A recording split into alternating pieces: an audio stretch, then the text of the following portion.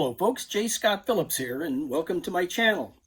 Today I am doing the Sandman Book Tag, and I would like to thank the Bookclectic for tagging me to do this. This is my first book tag, and it's an interesting one. I believe it's a fairly new one, just created a couple of weeks ago by Booktube Goddess, and I'll leave a link to that channel down below.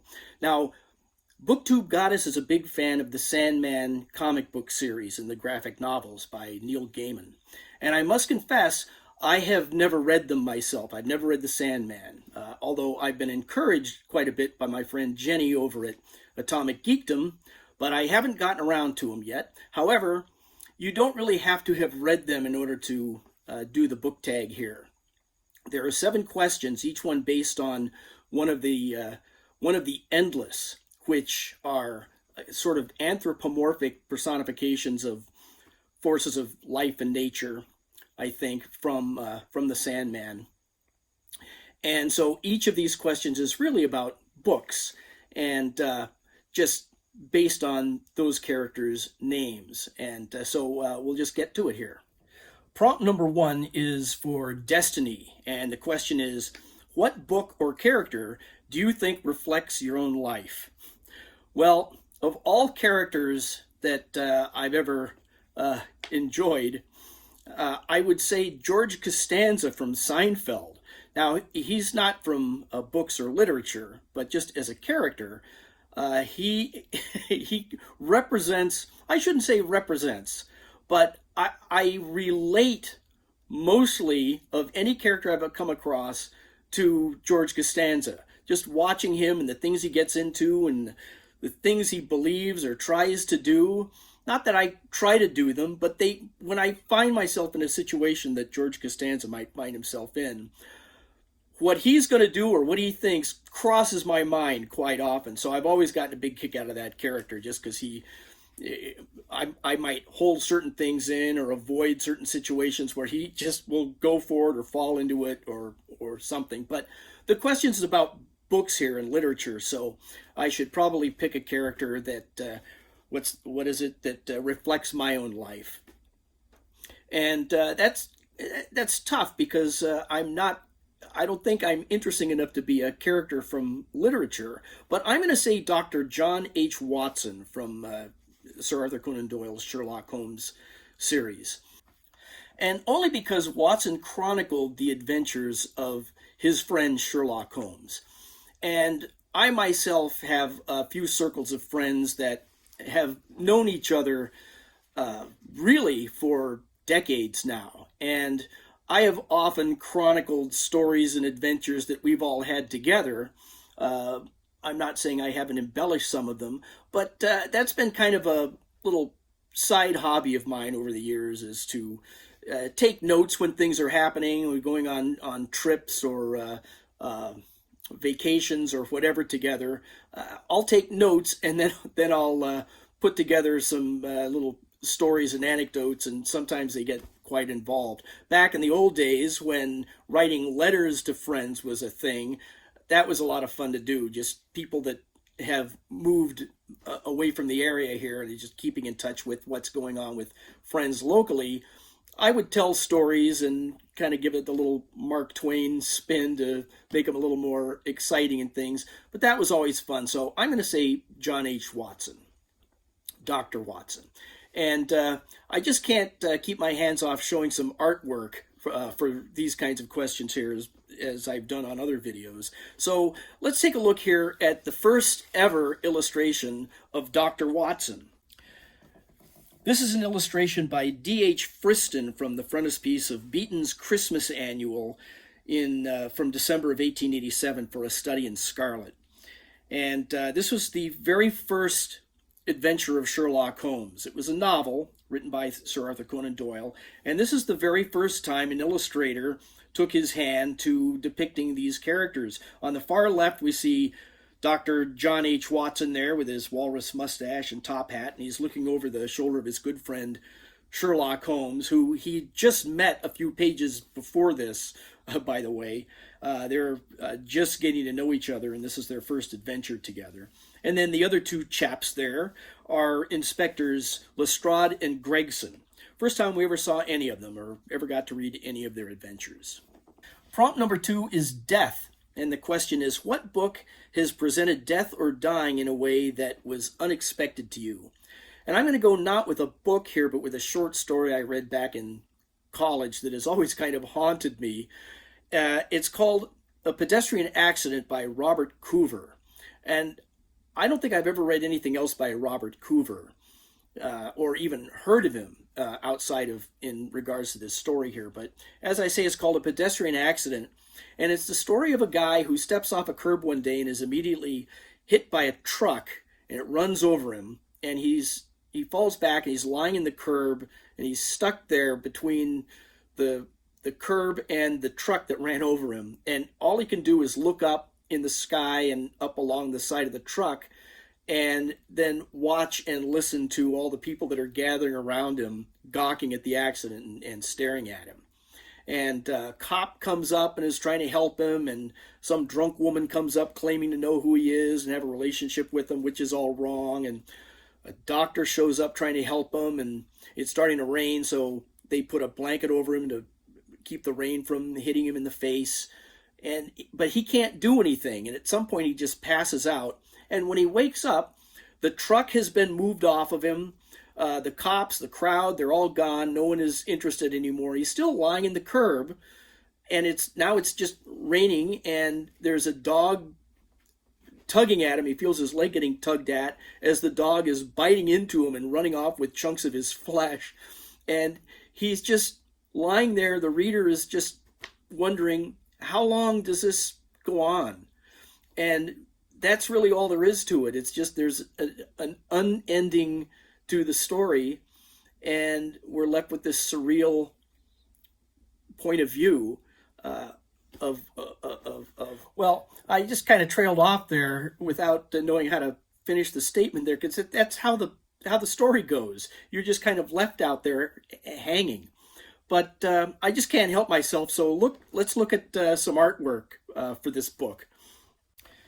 Here's the cover of the book that I believe A Pedestrian Accident was first published in. I'm not sure of that, but it's a collection of other Robert Coover stories, which, again, I've never read any of this. I've never seen this book.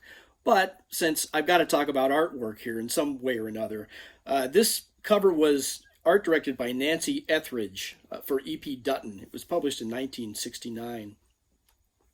And it looks like some little medieval slices of life here. I imagine each of these little vignettes here might it be in some regards to the different short stories, and I'm not sure of that. I don't see anything in here that looks like it might be a depiction of the pedestrian accident, but they all do have a kind of a medieval feeling, which maybe reflects the title here, Prick Songs and Descants. But it's a collection of fictions, which, based on a pedestrian accident, might be kind of interesting. Robert Coover was known as a fabulist, which kind of means it's a genre of magical realism.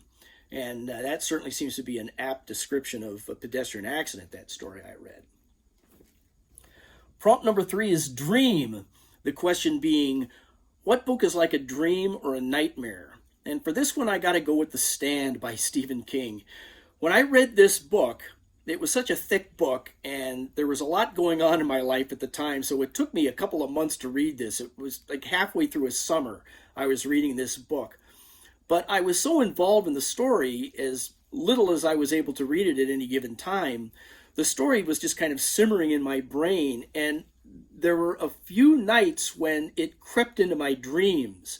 And I remember one dream in particular where I was like some of the characters in the book, where they were the Captain Tripp's flu has broken out across the country, and all the survivors now are just the ones that have a natural immunity, and they're all trying to get to that woman's house in I forget where, Nebraska, wherever it was, and everyone is coming from all different directions around the country on foot, walking across the roads of America.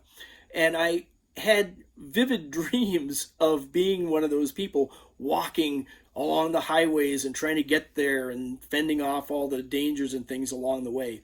That always kind of stuck with me. So that was a dream and a nightmare for me. And the ending of the story was particularly a nightmare for me. I won't give it away, but uh, I did not find it as satisfying as the journey through the rest of the book. Anyway, here we have the cover of the edition that I had, and this was illustrated by John Kaye. Here we see his classic depiction of good battling evil. This isn't really indicative of the atmosphere in the story, other than just good fighting evil, but this is probably his most famous cover illustration. Prompt number 4 is a little closer to my heart here, and it's for Prodigal. The question is, what is your favorite book about a prodigal character? And this is a favorite book of mine. I'm going with The Return of Tarzan by Edgar Rice Burroughs for this prompt. And if you think about it, Tarzan really is a prodigal character in two ways. Now, I'm going with The Return of Tarzan rather than the first book in the series, Tarzan of the Apes. In that one, that's a familiar story. Everyone knows that Tarzan grows up as a baby and a child raised by apes in Western Africa. But in Return of Tarzan, he has returned to his homeland, to his inheritance as Lord Greystoke, and is now returning back to Africa. So he's already returned home from the jungles of Africa back to England, and that's where the prodigal son first returns. But now he's returning back to what he considers his actual homeland, the jungles of Africa. And so, of course, we got to look at a cover. So let's look at this one. This is the cover of News Story magazine, where The Return of Tarzan first appeared ever. And the illustration is by none other than the great N.C. Wyeth, who's influenced every modern illustrator since he was first painting, all through the 20th century and right up until today. But if we look at the character on the lead horse there in the pith helmet and the safari jacket, that's Tarzan. That's our Lord Greystoke there. Not in the loincloth swinging through the jungle or anything, but traipsing across the deserts of northern Africa on his way to get back to his homeland jungles. And as I say, The Return of Tarzan is a favorite book of mine.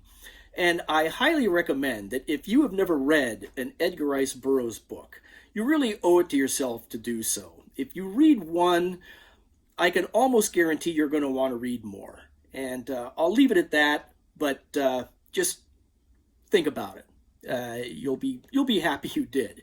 But now that leads us to prompt number 5, desire. And the question is, what is the sexiest book you've ever read? Well, I'm trying to think of sexy books that I've read, and the first one that came to mind was the Kama Sutra, but I didn't really so much read that as just looked at the pictures, I guess. But a few months ago, I finally read the first Outlander book by Diana Gabaldon, and it's usually touted as a romance, I think, primarily, but the time travel aspect appealed to me, being a fan of science fiction in general, time travel in particular. And it was a big, thick book. I thought it's going to take me a while to get through. Did not take as long as The Stand did all those years ago. And it was much more satisfying, too. I really enjoyed the characters Claire and Jamie, and that was a pretty sexy relationship. Lots of adventures as far as that goes. At least in the first book, I can only assume that those continue. I have not read them yet, so no spoilers, please. But I have watched the TV series, and not beyond the first season, but very good. I hope to get back to the other Outlander books soon. But I'm going to say that as far as my sexiest book. And of course, we got to look at the cover here, right? So here's the cover of the first edition, and it is credited to Kanuko Craft. And I'm a little suspicious of that. I think there's some Kanuko Craft in this cover here, but I think there's other hands involved. But that's another story. We may get to that someday down the line. That brings us to prompt number 6, despair. And the question is, what is the most depressing book you've ever read? And This is not the most depressing book I've ever read, but it was the saddest book I've read for some personal reasons. And the book is The Light That Failed by Rudyard Kipling. It's his first novel, and it's the story of an artist that's going blind. And it had a personal connection to me when I was reading it the first time and since, because I've always been interested in art, as you can probably tell by these videos. But he's going blind. He was a military artist. He traveled with the British Army, and he would draw and depict and paint scenes of battles that would then be sent back to the newspapers back home in England for the Military Gazette, the London Times, and other news outlets of the day, back in the days before photography. He's injured in battle and is sent back to England. And now he can no longer travel with the military, which was his life. His friends were in the military. His life was following the military. And he's going to leave all that behind now to return to England and become an artist, a painter.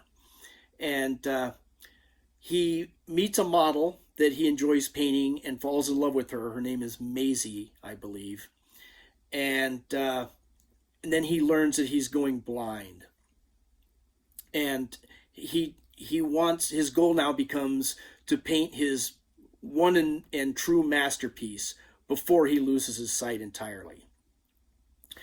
And about halfway through this book, when I was first reading this book, I was enjoying it just because of Kipling's prose and the characters and all that, and was following along because it was just kind of a sad story about an artist who is going to be losing his sight. But something happens halfway through that book, and I won't give anything away, but something happens that just ripped my heart out. I didn't see it coming, and it just, when I hit that paragraph on that page, I had to set the book down and kind of pace it off a little bit. And I went back and finished the book, which now was really poignant to me. It just really hit home somehow. And so that book has meant a lot to me over the years. I go back to it every few years to just re-suffer the anguish, I guess. But it's a great book. And an interesting little aside to it is that back in the 90s, I was working in Disneyland marketing as a designer in creative services. And there was an artist that had his office directly across the hall from my office, and his name was Gene. He had been originally hired by Disney before Disneyland. He was hired as an animator, an in-betweener on Sleeping Beauty. And he and I were talking one day about books and various things, and I was mentioning Kipling and The Light That Failed, and he kind of lit up with that because he had seen the movie The Light That Failed with, was it Ronald Colman? Back in the 40s, maybe? I'm sure it must have been back in the 40s. But he had seen that movie, The Light That Failed, and was telling me that that was the movie that made him want to become an artist. So I thought that was a little funny, that a story about an artist going blind and he wanted to do that. But anyway, that was my old pal Gene Camelot. Hope he's still with us. I haven't seen him in years, but here's to you, Gene. So naturally, talking about a book about an artist, I've got to show some cover art, right? So this is the 1940 pocketbook paperback cover. And unfortunately, I cannot find who the artist was for this. It's colorful, but it's a little cartoony for me, given the atmosphere of the book itself. So I won't say too much more about it, other than it's bright and colorful. And that brings us to the seventh and final prompt, Delirium. And the timing might be about right for this one. What is the most absurd or nonsensical book you've ever read? Now, I've read a lot of nonsense in my time, but this book that I'm going to talk about is not absurd or nonsensical in itself, but it is as far as the people that the book's about. And the book is by Oliver Sacks, who is a neurologist, and the book is The Man Who Mistook His Wife for a Hat. It's a book of his case studies. As a neurologist, he studied the effects of perception due to brain damage or other anomalies of the brain, and then how to treat them in some kind of innovative ways.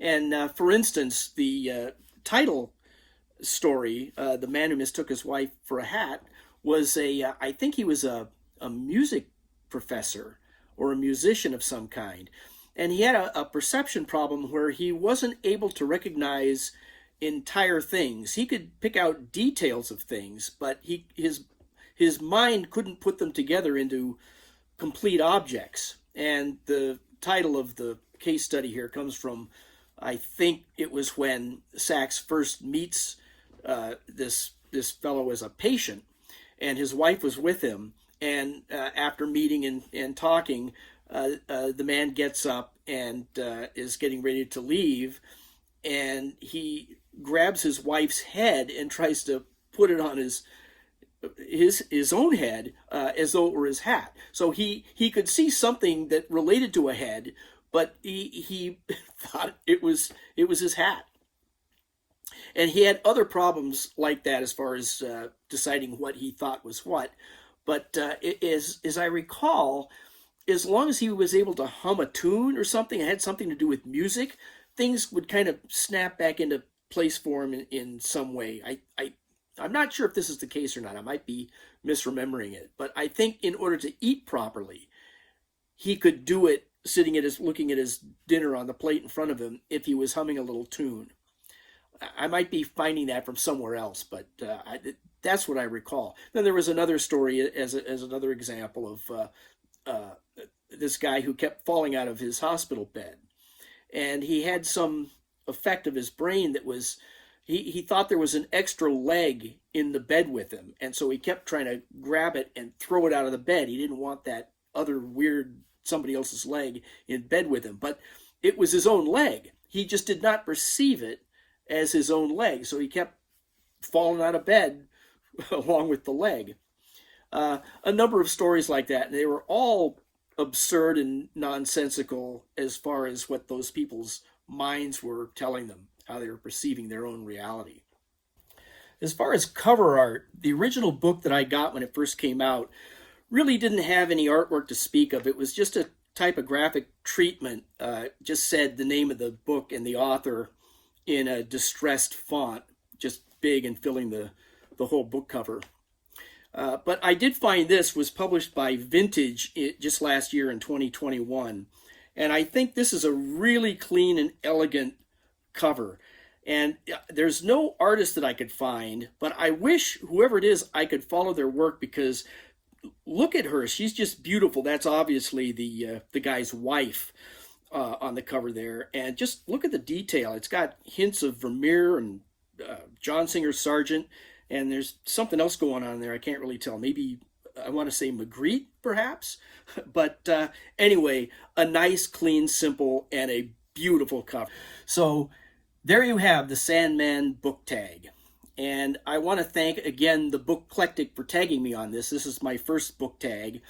And as tradition on BookTube here, I'm going to tag a few other booktubers to do the same tag. And first of all, I want to tag Michael K. Vaughn, who is also a comic book fan. So I don't know if he's a Sandman fan in particular, but he probably has a big omnibus of them somewhere on his shelf behind him there. But it would be fun to see his answers to these. He reads a lot of different things, so he would have a good cross-section of books to select from. I also want to tag Sarah Kalsbeek, who likes to cover a lot of indie presses on her channel, and so she may have a nice selection of books that many of us may not have ever read or would know about. So it would be interesting just to hear from her. And then Steve Donahue, who's read bloody everything, and he's also a comic book fan. So I am pretty sure that he can give us the definitive answers to these 7 prompts. And then I'd also like to tag you. If I'll put the prompts down in the description below, so that you can take a crack at it. And that's it, folks. So I hope to be back here pretty soon. I'm going to have, or at least I'm planning to have, an offering for Dicktember, a reading event this month that focuses on private detectives. And I've got one in the works for that. And you never know, I might be talking about some cover art, perhaps, if you're lucky.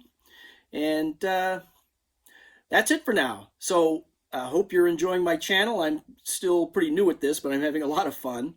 And we'll be back soon. Hope you are too. And we'll see you then. Thanks a lot.